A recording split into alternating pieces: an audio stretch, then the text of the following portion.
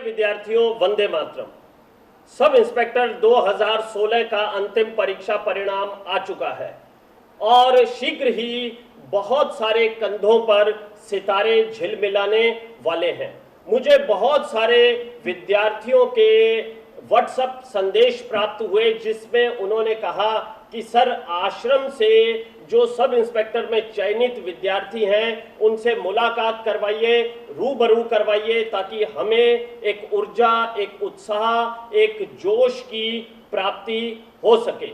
और उसी के तहत इस समय मेरे समक्ष खड़े हैं सब इंस्पेक्टर 2016 परीक्षा में 6ठी रैंक पर चयनित अभिषेक स्वामी।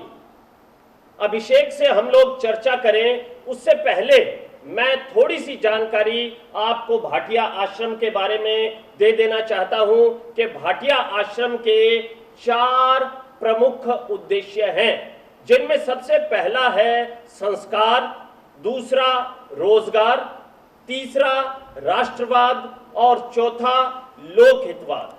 यहाँ पर हम बच्चों को मात्र पढ़ाने का प्रयास नहीं करते, अपितु उन्हें एक जीवन पद्धति सिखाई जाती है कि किस प्रकार से उन्हें अपने भावी जीवन में रहना है और किस प्रकार से भारतीय परंपराओं और संस्कृति को अपने भीतर, अपने व्यक्तित्व में, अपने आचार में, अपने व्यवहार में ढालना है।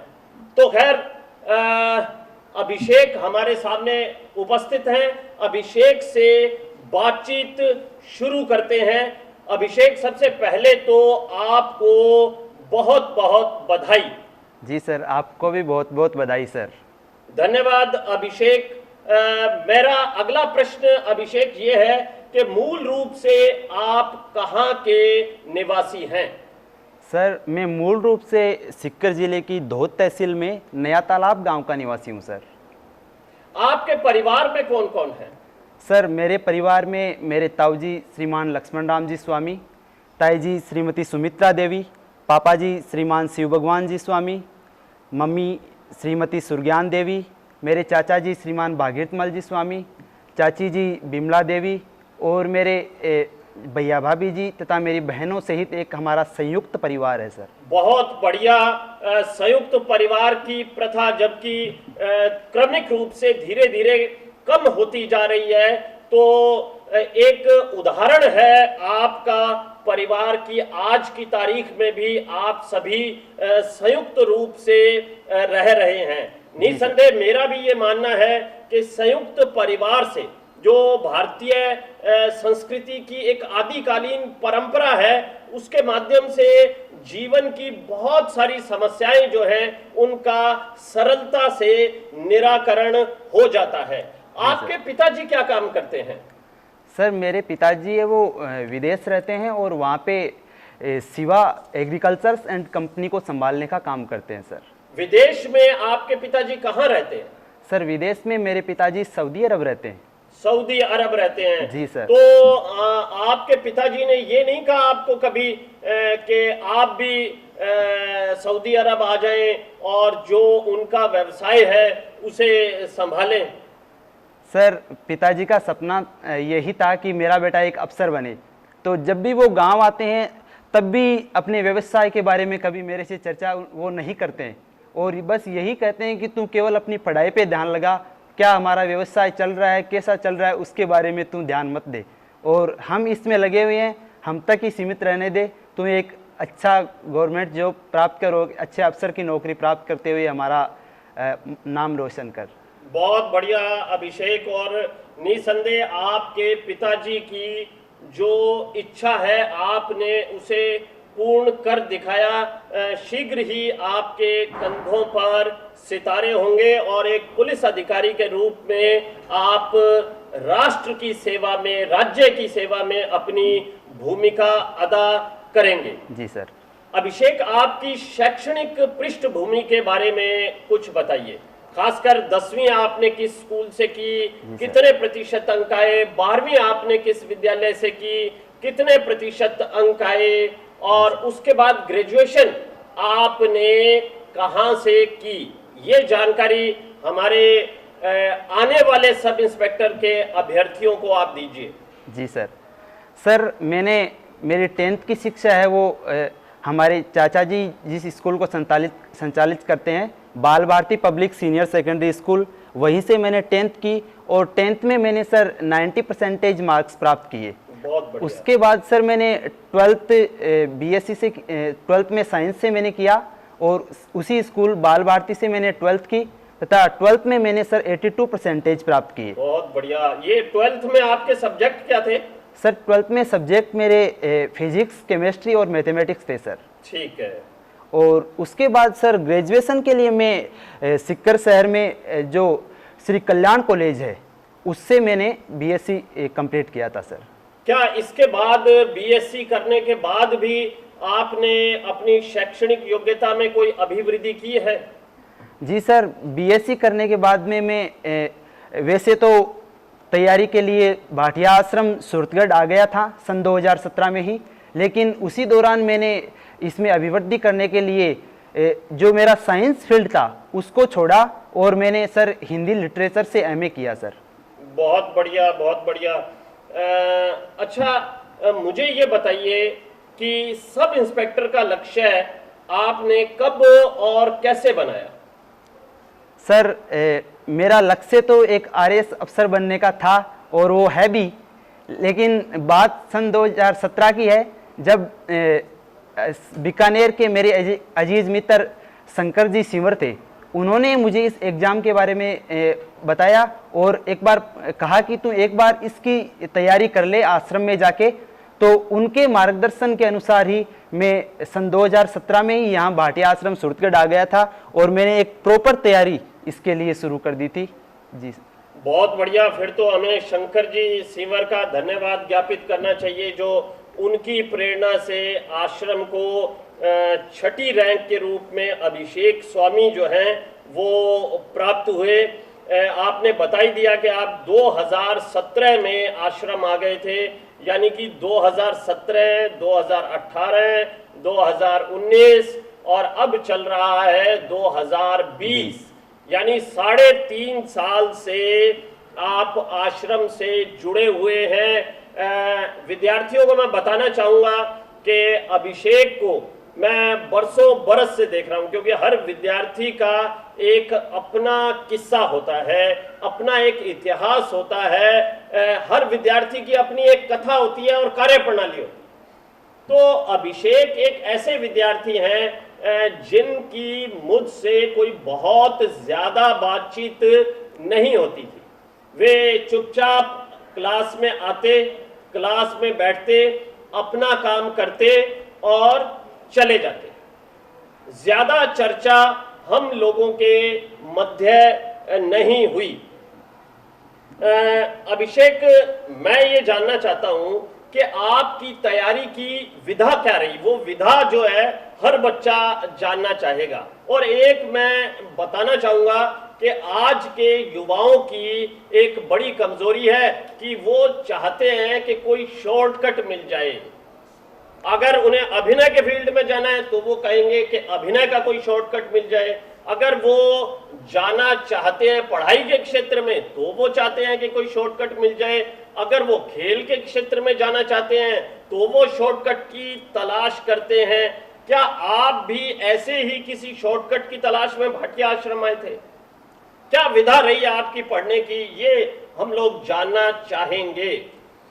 सर, जैसा कि आप विधा के बारे में पूछ रहे हो तो इसका सच तो यह है कि मेरी अपनी कोई विधा नहीं थी।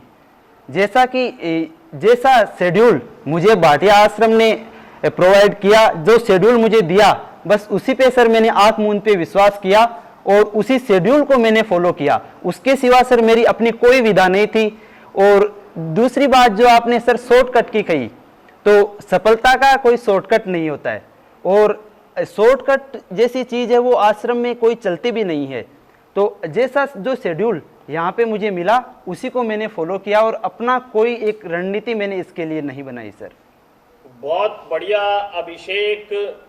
अच्छा, मुझे ये बताइए कि कौन कौन सी पुस्तकें आपने पढ़ी? वैसे तो आपने बता ही दिया कि शेड्यूल में जितनी भी चीज़ें थी वो सारी की सारी आपने पढ़ी, लेकिन फिर भी कुछ इम्पोर्टेंट पुस्तकों के नाम आप विद्यार्थियों को बता दीजिए ताकि वे लाभान्वित हो सके।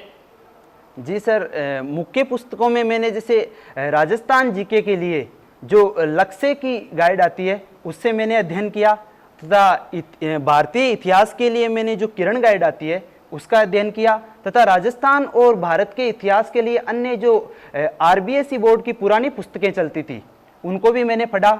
इसी के साथ ज्योग्राफी के लिए मैंने जो एक तो सर मौर्य एंड द्विवेदी की जो बुक आती है उसको पढ़ा, और एक महेश वर्णवाल सर की जो बुक है उसका मैंने अध्ययन किया। और इसी के साथ में साइंस के लिए मैंने लुसेंट की जो बुक है उसके साथ साथ 9th और 10th की जो किताबें थी उनका भी मैंने अध्ययन किया। इसी के साथ जो पॉलिटी थी उसके लिए मैंने एम लक्ष्मीकांत और उसके साथ में परीक्षा वाणी की जो बुक है उनका अध्ययन किया था सर। और हिंदी के लिए आपने क्या पढ़ा? सर हिंदी के लिए जो सर ने पढ़ाया उससे अलावा कुछ चीज़ें, कुछ भी एक्स्ट्रा चीज़ें मुझे नहीं लगा कि पढ़ने की ज़रूरत है, लेकिन फिर भी आश्रम परिवार ने हिंदी के लिए जो नवीन हिंदी व्याकरण और राघव प्रकाश की जो पुस्तकें लगाई उनको मैंने काफ़ी अच्छे से पढ़ा सर। मतलब जो गिरवर सर ने पढ़ाया आपने उसको तैयार किया। 9वीं से 10वीं तक की नवीन हिंदी व्याकरण की जो पुस्तक है, और माननीय श्री राघव प्रकाश साहब की जो सामान्य हिंदी की पुस्तक है वो आपने पढ़ी। अच्छा, मुझे ये बताइए, जैसे कि आश्रम का एक तरीका है कि हम पहले एक शेड्यूल देते हैं, फिर उसके बाद पेपर्स लेते हैं, तो जितने भी बड़े पेपर होते थे उसमें आपकी क्या रैंक आती थी? किस स्थान पर, किस पायदान पर आप रहते थे? सर जब शुरुआती दौर में मैं यहाँ पे आया था तब तो काफ़ी ज़्यादा स्ट्रगल करना पड़ा, और लगभग 400 जनों की क्लास में मेरा स्थान मुझे आसपास में नहीं दिखाई देता था। तब शुरू में थोड़ा डिमोरलाइज हो गया था, लेकिन बाद में सर जो आपकी प्रेरणा, जो आप क्लास में निरंतर आते थे और प्रेरित करते थे, उससे मेरे अंदर ये एक जोश जगा कि जब ये कर सकते हैं तो मैं क्यों नहीं कर सकता। तो उसके बाद में मैंने निरंतर अपनी पढ़ाई पे फोकस किया और शेड्यूल, बस एक ही लक्ष्य रखा कि मुझे केवल मेरा शेड्यूल कंप्लीट करना है। और जब मैं निरंतर इस अपने शेड्यूल को फॉलो करता गया और उसको कंप्लीट करते गया तो फिर निरंतर मेरी रैंक में भी उत्तरोत्तर वृद्धि होती रही, और लास्ट तक आते आते मैं टॉप 10 की लिस्ट में आने लग गया था सर। बहुत बढ़िया अभिषेक, यानी कि आप परीक्षा से पहले लगातार टॉप 10 की लिस्ट में अपने आप को बनाए हुए थे। बहुत बढ़िया अभिषेक। अच्छा, जैसे कि हम जानते हैं कि पहले सब इंस्पेक्टर में रिटन एग्जाम होता है, 200 नंबर का जीके और 200 नंबर का हिंदी का पेपर। जी सर। उसके बाद फिजिकल होता है। जी सर। तो फिजिकल में इस बार क्या क्या इवेंट्स थे जो कि पूरे करने जरूरी थे, ये भी बच्चों को आप अपने श्रीमुख से बता दीजिए। जी सर। सर फिजिकल के मुख्य इवेंटों में एक तो 100 मीटर की रनिंग थी जिसे 14 सेकंड में कंप्लीट करना था। उसके बाद में इसमें 15 फीट लॉन्ग जंप था, तथा साथ ही में 7 चिनअप इसके लिए लगाने पड़ते थे। एक बार पुनः दोहराएंगे फिजिकल के लिए?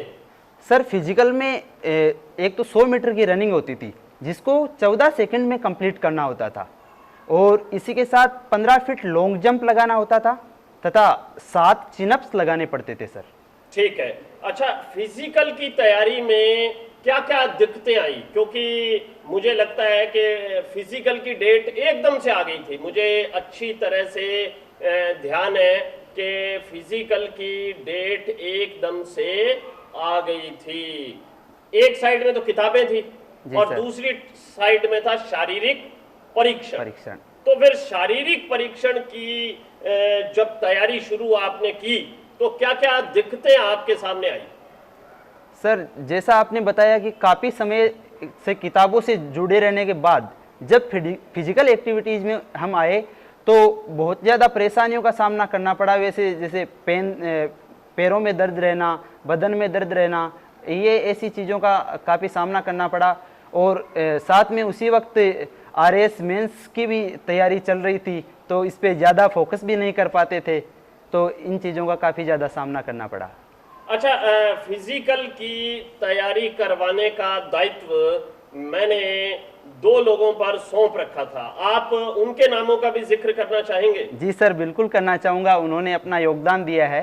तो उनमें सर एक तो गुरप्रेम मान सर थे, जिनके पास हमने शुरुआत में फिजिकल के लिए जाना चालू किया था, और बाद में उन्हीं के निर्देशन में फिर सलीम सर, जो कि हमें प्रॉपर गाइडेंस देते थे फिजिकल के लिए, और उन्होंने काफ़ी अच्छी मेहनत की हमारे फिजिकल के ऊपर सर। बहुत बढ़िया, उन दोनों का भी निसंदेह हमारे इस परीक्षा परिणाम में महत्वपूर्ण योगदान रहा है। और अब मेरा अगला प्रश्न है कि फिजिकल हो गया, उसके बाद बारी आती है साक्षात्कार की। जी सर। हम सभी इस बात को जानते हैं कि सब इंस्पेक्टर में 50 अंकों का साक्षात्कार होता है। जी सर। तो साक्षात्कार की हम लोगों ने तैयारी की थी, अभी हाल ही में हम लोग तैयारी कर रहे थे, और तत्काल ही परीक्षा परिणाम भी आ गया। आप बच्चों को बताइए कि मोटे रूप से प्रमुख कौन कौन से प्रश्न साक्षात्कार में आपसे पूछे गए? सर, जो साक्षात्कार में मेरे से मुख्य क्वेश्चन हुए थे, उनमें प्रारंभिक तौर पर तो मेरे से 10th, 12th और ग्रेजुएशन के बारे में पूछा। उसके बाद में कुछ जो करंट इश्यूज होते हैं उनके बारे में मेरे से 5-7 क्वेश्चन उन्होंने किए थे, और फिर जैसे ग्रेटा थनबर्ग है, मलाला यूसुफजई कौन है, इनके बारे में पूछा। जलवायु परिवर्तन क्या होता है, इसके बारे में पूछा। जैसे मैंने कल्याण कॉलेज से BSc कर रखी है, तो उन्होंने श्री कल्याण जी कौन थे, उनके बारे में पूछ लिया। फिर उन्होंने कहा कि आप पुलिसिंग में आओगे तो आपकी प्राथमिकताएं क्या रहेगी, आप प्राथमिक 3 काम क्या करोगे। और जो सर थे वहाँ पे मुख्य अध्यक्ष रामू जी सर, उन्होंने भी फिर जैसे जोधपुर बोरुंदा जगह क्यों फेमस है, अभी वर्तमान में ये क्यों महत्वपूर्ण है, यहाँ की जो संस्थान है वो काम क्या करती है, ऐसे ऐसे करके सर जो मेरे साइंस से थे उससे भी उन्होंने क्वेश्चन किए कि वायरस जनित और जीवाणु जनित 3 रोग कौन कौन से होते हैं, और उन रोगों के बारे में थोड़ा अंदर से उन्होंने पूछा था सर। ठीक है, मतलब आपका जो बोर्ड था RPSC में इंटरव्यू बोर्ड, वो श्री रामू जी रायका का था। जी सर। बहुत ही बढ़िया। अच्छा, मेरे को ये बताइए कि तैयारी एक लंबा काम है, जी सर। शॉर्टकट नहीं है इसमें कोई, ये सर। तो हमारी चर्चा हो ही चुकी है। जी सर। और आज आप 3.5 साल की मेहनत के पश्चात विद्यार्थियों से एक सब इंस्पेक्टर के रूप में मुखातिब हो रहे हैं। लेकिन इस लंबी तैयारी में क्या कभी वो क्षण नहीं आए जबकि आप दबाव का शिकार हो गए हो? नहीं सर, दबाव ऐसा मुझे कभी महसूस नहीं हुआ, क्योंकि जब भी आप क्लास में आते थे तो जो आपने हमेशा ही कहते थे कि तैयारी में 5 बातें खास है, तो उनमें एक बात आप ये भी बताते थे कि जो चौथा पॉइंट होता था वो होता था कि दबाव में ना आए। एक वो चीज़ सुन के और फिर आपको देख के एक प्रेरणा ही ऐसी मिलती थी कि दबाव आसपास कहीं दिखाई नहीं देता था सर। धन्यवाद। मतलब दबाव में आप कभी नहीं आए, और मेरा ये मानना है चूंकि बहुत सारे युवाओं को हैंडल करने का अवसर मिलता है, उनसे मिलने का, उनकी समस्याएं जानने का मौका मिलता है, तो मुझे ये लगता है कि जो लक्ष्य के बीच में सबसे बड़ी बाधा है आज युवाओं की, वो दबाव है। लेकिन आप कभी दबावग्रस्त नहीं हुए, निसंदेह ये प्रशंसनीय है और आपके व्यक्तित्व की विशेषता है। अच्छा, आश्रम के बाकी गुरुजन जी मेरे अतिरिक्त किन किन गुरुजनों ने आपको पढ़ाया, आपका सहयोग किया? आश्रम परिवार के वो सदस्य, हमारे आदरणीय सदस्य जो नीम की ईंट की भांति कार्य कर रहे हैं, आप उनका भी नाम लीजिए। सर, इस आश्रम परिवार में जो परिवार के बहुत से लोग हैं, जिनका मैं सारों का तो नाम अभी यहाँ पे जिक्र ही नहीं कर सकता, लेकिन फिर भी मैं कोशिश करता हूँ कि जिनमें हमारे हिंदी के टीचर थे श्रीमान गिरवर सिंह जी शेखावत, हमें हिस्ट्री पढ़ाते थे कन्हैयालाल जी सर, और ज्योग्राफी पढ़ाते थे हमें दीपक जी सर, और बाकी मैथ्स के लिए गुरुदेव जी सर हमें मैथ्स पढ़ाते थे, जो काफ़ी क्लास को हंसमुख भी रखते थे और प्रेरणा भी देते थे क्लास में आके कि आपकी एसआई की वैकेंसी जरूर होगी। बार बार आगे हो रही थी लेकिन वो यही कह रहे थे कि नहीं होगी होगी, दिलासा देने का काम वो करते थे। बाकी और भी बहुत से लोग हैं जिनका अभी मैं नाम सारों का यहाँ पे बताऊंगा तो काफ़ी लंबी लिस्ट है। बहुत बहुत वास्तव में ये आश्रम परिवार की विशेषता है कि नीम की ईंट की तरह सभी लोग कार्य करते हैं ताकि हमारे बच्चे आगे बढ़ सकें, अपने लक्ष्य को प्राप्त कर सकें। अच्छा, मैं ये चाहूँगा, एक बात जानना चाहूँगा कि जब आप छोटे होते हैं, पहली दूसरी तीसरी में पढ़ते हैं या छठी सातवीं आठवीं में पढ़ते हैं या 9वीं 10वीं 11वीं 12वीं में पढ़ते हैं, जी सर, तब कोई ना कोई ऐसे गुरुजी जरूर रहते हैं जिनसे आपने कभी चपत खाई होती है, डांट खाई होती है। तो ऐसे किसी गुरुजी का नाम आप लेना चाहेंगे जिन्होंने आपको कभी फटकार लगाई, कभी मार लगाई, लेकिन आज आपके दिल में उनके प्रति बड़े ही आदर का भाव है?